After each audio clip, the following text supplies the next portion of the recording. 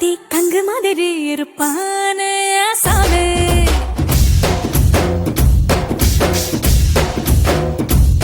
லேசான பூம் பஞ்சு மாதிரி பச்சை புள்ள ஆசாமே.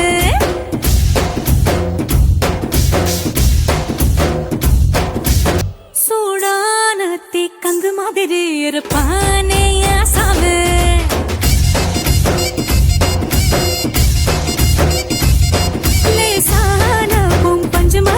பச்சை புள்ள ஆசாமே.